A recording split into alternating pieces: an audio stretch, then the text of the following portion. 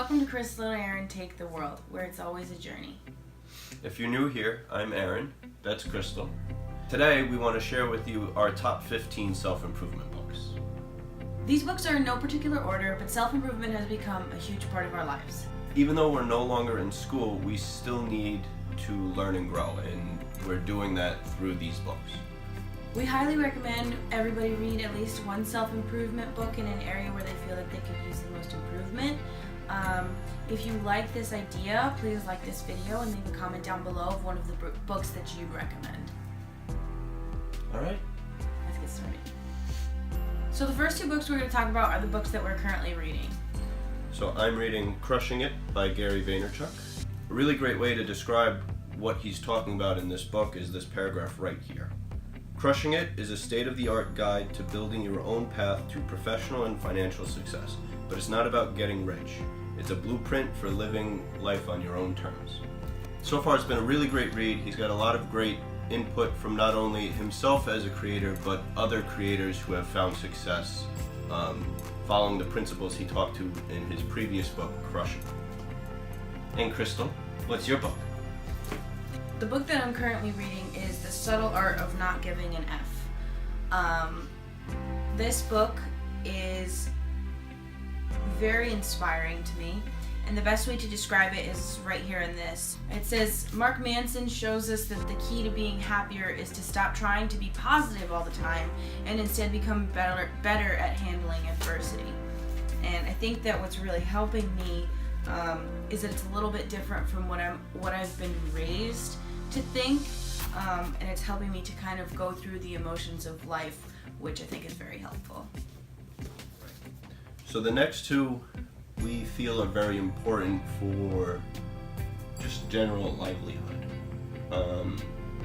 I think these are great in all aspects of your life, both books. So this one is The Total Money Makeover by Dave Ramsey. In this book, Dave lays out a 6-step plan to change your financial lives and live completely debt-free. And we think everybody should be trying to figure out how to get out of debt. The next book is not a book that we have a physical copy of, but it's one that we recommend to everybody. It's one that we have told so many people about, and it is The 5 Love Languages by Gary Chapman. The premise of the book is that everyone receives love and gives love in one of 5 different ways. And the whole point is to learn all 5 ways so that you can interact with humankind as well as your partner in the most optimal way. So not only does this help in relationships, but it can also help with your children. It can help with your business relationships. It can just help you all around just really get to show that you care about people in the way that they best receive that care. I am a words of affirmation, and Krystal is a quality time. So what that means is Aaron really likes to be told that he's doing a good job, that I love him, that he likes those words of praise, those words of, affirmation. And for myself, I really like to spend quality time, have a good quality conversation with somebody, to know that I'm really connecting and being with that person intimately, professionally, etc. There are 3 other love languages. Check out the book to figure out which one that you are. The next book is very important to me. I feel it was very impactful and really changed my way of thought when I was in college, and that's Man's Search for Meaning by Viktor Frankl. And what he says in this book is that basically suffering is everywhere, and we can't control that, but what we can control is the way we react to it, and that's the way that we should be running our lives.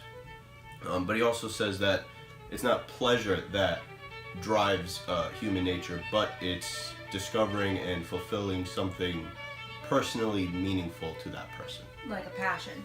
Like a passion. So I got another book with a swear word, but it's not that bad of a swear word, so I'm going to say it. One of the books that I highly recommend to everybody is You Are a Badass by Jen Sincero. This book helped me to build my self-confidence and how I talk to myself and talked about myself. The best description of this book is right in the back here. It says, by the end of You Are a Badass, you'll understand why you are how you are, how to love what you cannot change, and how to change what you don't love, and how to use the Force to kick some serious ass. It was a very funny book. She's a very lively author, so it doesn't like drone on. She has very insightful anecdotes, and she seems to relate to anybody. She seems to be relating to you when you're reading the book. Next, we have the 212th degree, the extra degree. And what this one is it's a bunch of little snippets of information where just a little bit of extra work can make a big difference. The next couple of books are not books that we have physically, but we use Audible to listen to these books while we're in the car, in the shower, doing work in the house, whatever. The first book that I want to talk about is called If I Understood You, Would I Have This Look on My Face by Alan Alda, who is a famous actor. He wrote a book about how improvisation and the techniques used to be a good improviser can really help everybody to really explain themselves well and make sure that they're communicating properly. I think it's a super important book. It was really helpful for both of us to learn about how to make sure that we're explaining exactly what we're thinking. And that ties into our next book, which is How to Talk to Anyone, 92 Little Tricks for Big Success in Relationships. And now, conversation is one of the areas that I know I need to improve upon, so I spend a lot of time reading books and listening to books that can help me have better conversations. These 92 little tricks were very eye-opening, and some of them I was already doing without realizing it, but they were really good to implement at different points, if you're going to a party or talking on the phone. Networking. But it was more about just having a genuine conversation rather than I have a goal. The next book that I would say that I recommend is The Power of Habit. If the title doesn't tell you everything you need to know about that book, I don't know what will. So The Power of Habit is all about changing your habits, moving them from negative habits and reframing your mind to start to have more positive habits. For example, like nail biting, figuring out the psychology behind that, why you're doing it, what's triggering that habit to happen, and starting to break away from that pattern of behavior and start to enforce those positive behaviors and habits. But the next book is Be Obsessed or Be Average by Grant Cardone. It was a really powerful book. He talks a little bit about his story. What he's writing about in this book is that obsession isn't a bad thing. Our culture tends to deem it a bad thing, but it can be used powerfully. So the next one, the last audiobook that we're going to cover, and then we're going to go back to some of the physical books that we have, is Your Best Year Ever. And this one's really about goal setting and goal setting tips to kind of make sure you're setting SMART goals. And he actually uses the acronym SMARTER, but changes them from what SMARTER typically means when you talk about goal setting.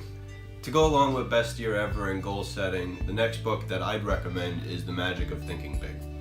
This book is about setting big goals, expanding your mind so that way you can set bigger goals. It's about dreaming bigger, setting bigger goals. So instead of dreaming you wanted that $150,000 house, we're going to expand your mind to think, well, no, I could do with a $500,000 house. I can make it there. I can get to that point. Eventually. The next book that we would say that we recommend a lot is The One Thing.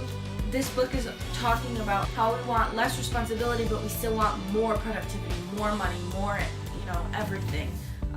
The point of the book is that you can have both less and more, and it says in The One Thing, you'll learn how to cut through the clutter, achieve better results in less time, dial down the stress, overcome that overwhelmed feeling, revive your energy, and stay on track. The One Thing delivers extraordinary results in every area of your life: work, personal, family, and spiritual. And the last book that we have that we recommend is Serial Winner. What Serial Winner is talking about is a cycle. You set your goal. You overdo to reach that goal. You readjust depending on where you are. You finish up, and then you do it again. You improve and do it again. You improve and go through the cycle over and over again. It's all about improving. It's all about improving. That's what this whole video is about. Thank you so much for watching, guys. I hope you found a book that you haven't heard of before, or a book that you have always wanted to understand more about. Like I said earlier, we really do believe self-improvement is super important. Even if one of these books didn't really hit you the way that it hit us, try to find one that you think would really help you. Because if we're not learning and growing every day, we're not becoming better human beings. Mm-hmm. And the other thing, we've gone through a lot over a long period of time. But there are a couple books in this pile that we've read 3 or 4 or even 5 times. That's right. So if you do find one that really clicks with you, that doesn't mean you have to go out and buy more and more and more books. Sometimes you can find a book that will help you if you continue to read it over and over again. Mm-hmm. There's always something new to find in a book. Thanks for watching. Bye.